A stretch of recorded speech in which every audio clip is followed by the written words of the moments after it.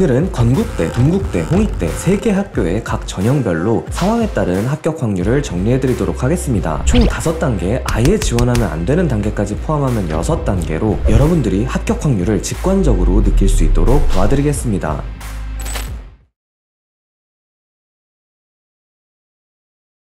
먼저 건국대학교 교과전형입니다. 건대랑 동국대 교과전형은 교과에 탈을 쓴 종합전형이다, 이런 말 들어보셨죠? 하지만 절대 오해하시면 안 되는 게 생기부가 들어가는 거는 맞지만 종합전형과 똑같은 평가 기준을 갖고 있는 건 아니라는 겁니다. 생기부가 들어가는 이유는 단순한 내신 평균으로만은 알 수 없는 학업 성취도를 보다 더 합리적으로 평가하겠다는 거지 비교과가 얼마나 좋은지를 판단하겠다는 게 아니에요. 그러니까 예를 들자면 교육열이 낮은 학교에서 내신 2.0을 기록한 학생이랑 교육열이 높은 학교에서 내신 2.5를 기록한 학생을 한번 새로운 기준을 도입해서 합리적으로 비교해보겠다는 거죠. 그래서 건국대와 동국대 지원에 참고할 수 있도록 학교의 교육열을 비교해볼 수 있는 조정 내신 산출 방법을 아주 간소화해서 알려드리겠습니다. 성균관대학교나 경희대에도 학생부 교과전형에서 생기부를 반영하기 때문에 이미 조정 내신에 대해서 설명해드린 적이 있는데 이 설명을 들은 적이 있는 분들은 바로 합격 확률 표로 넘어가셔도 됩니다. 학교 시험에 전체 평균이 60점보다 높을수록 표준 편차가 20점보다 낮을수록 교육열이 높다는 뜻이에요. 그러니까 여러분들이 실제 내신에다가 아래 기준에 맞춰서 0.1에서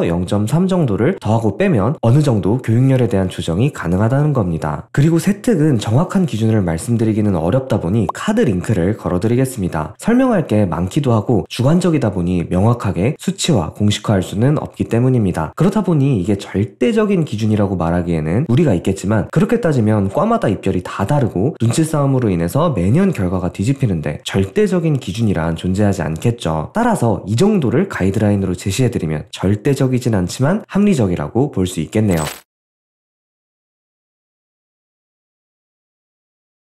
이제 두 번째로 학생부 종합전형에 대해서 살펴보겠습니다. 마찬가지로 건대부터 시작할게요. 먼저 말씀드릴 내용은 특목고 학생들의 지원 비율이 높은 상위권 대학에는 모두 해당되는 얘기인데 마찬가지로 다른 영상을 이미 봐서 이 내용을 이미 알고 계시는 분들은 자막에 나타난 시간으로 넘어가 주시면 됩니다. 상위권 대학의 종합전형은 조금 다른 방식으로 접근해야 합니다. 입결이 높은 대학의 종합전형 수시 등급은 학과별로 특목고 비율이 얼마인지 모르기 때문에 아무 의미가 없어서 그래요. 그래서 여러분들은 이런 기본 마인드 세팅을 가지셔야 합니다. 교과와 종합 중에 누구에게나 더 쉬운 전형은 없다. 물론 상황에 따라, 사람에 따라 더 쉬운 전형은 당연히 있을 수 있습니다. 하지만 누구에게나 명백하게 더 쉬우면 안 된다는 게 핵심이에요. 형평성 문제를 따지겠다는 게 아니라 모두에게 특정 전형이 더 쉽게 되면 당연히 다들 그 전형으로만 가려고 하고 그렇다 보면 그 전형에 경쟁률이 몰리게 되고 입결이 높아지게 되고 매력이 떨어지게 됩니다. 그러니까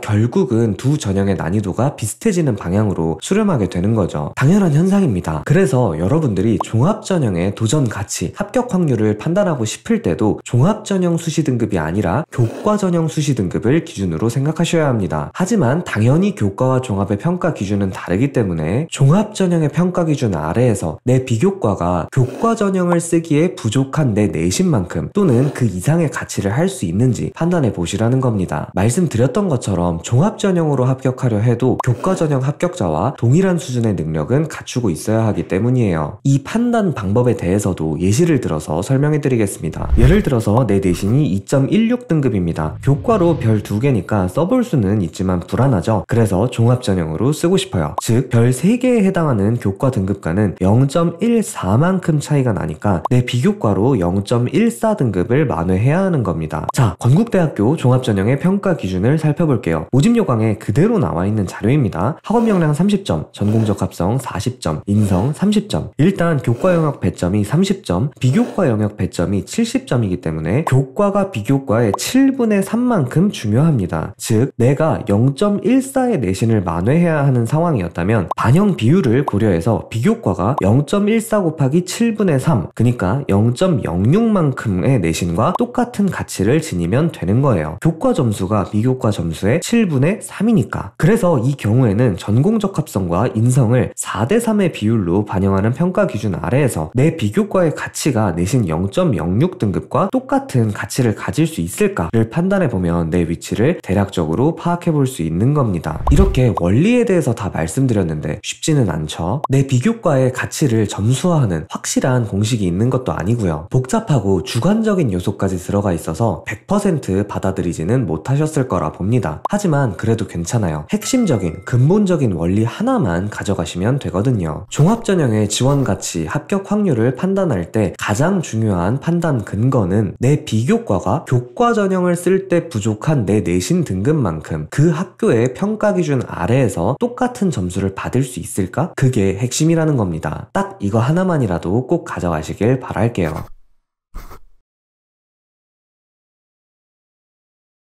다음으로 동국대입니다. 동국대는 설명이 아주 간략해질 거예요. 설명을 덜 하겠다는 게 아니라 최저도 없고 올해는 건국대와 큰 방향성이 거의 똑같기 때문입니다. 따라서 기본적인 원리는 건국대에서 썼던 방식을 그대로 적용하셔도 됩니다. 내신 등급과 평가 기준 비율 등만 달라지니까 구체적인 숫자만 달라진다고 생각하시면 됩니다. 그러니 바로 교과전형 합격 확률 표부터 보여드릴게요.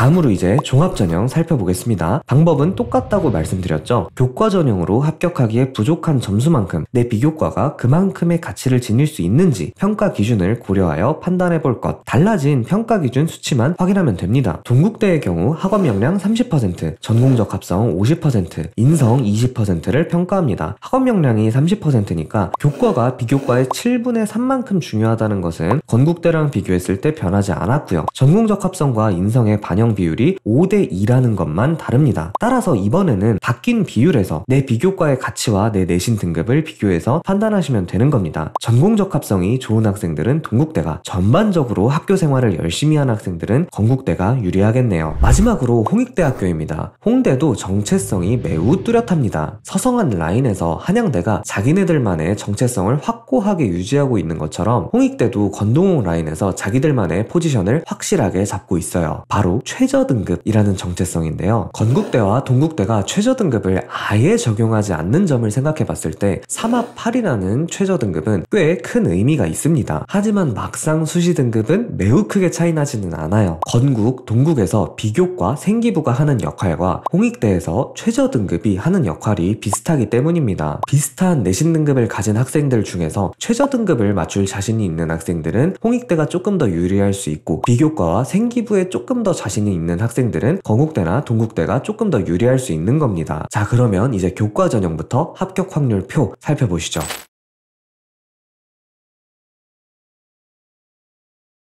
이어서 종합전형 살펴보겠습니다. 종합전형 역시 홍익대답게 최저등급을 적용합니다. 서성안에서 국숭세단까지의 학교 중에 학생부 종합전형에서도 최저등급을 적용하는 학교는 홍익대가 거의 유일해요. 그래서 그런지 모르겠는데 평가 기준에서 학업 역량의 비율이 25%로 매우 낮은 편에 속합니다. 어차피 학업 역량은 최저등급을 맞출 수 있다면 어느 정도 증명이 되니까 남은 평가 기준에서는 비교과에 조금 더 집중할 수도 있다, 이런 뜻인 거죠. 물론 이건 개인적인 의견이니까 참고만 해주시면 되는데, 아무튼 공식적으로 명시된 평가 기준만으로 봤을 때도 교과 25%, 비교과 75%로 교과의 비중이 낮은 것은 명백한 사실입니다. 교과가 비교과의 3분의 1만큼 중요한 거니까 만회할 내신이 다른 학교보다 확실히 줄어들어요. 따라서 복잡하게 생각하지 말고 그냥 공식에만 넣어보셔도 됩니다. 학업 역량 25점, 전공적 합성 30점, 발전 가능성 30점, 인성 15점. 이게 홍익대식 기준이니까 이걸 활용해서 지금까지 계속 알려드린 방법대로 나의 유불리를 따져보면 내가 어떤 상황인지, 어떻게 해야 하는지 어느 정도는 감을 잡으실 수 있을 겁니다. 마지막으로 주의사항 말씀드리면서 영상 마무리하도록 하겠습니다. 오늘 가장 중요한 두 가지 포인트, 내신 등급과 특정 학교의 평가 기준 아래에서 그 내신 등급을 만회할 수 있는 비교과에 대해서 말씀드렸지만 당연히 이게 다가 아니겠죠. 과마다 눈치 싸움으로 인해서 특이사항이 발생하거나 모집 인원이 변동하거나 면접 수업의 반영 비율이 변하거나 최저 등급이 바뀌거나 아니면 교과 반영 방법이 바뀔 수도 있고 변수는 너무 많습니다. 근데 당연히 영상 하나에서 모든 케이스를 다 말씀드리기는 어렵겠죠. 오늘 영상에서는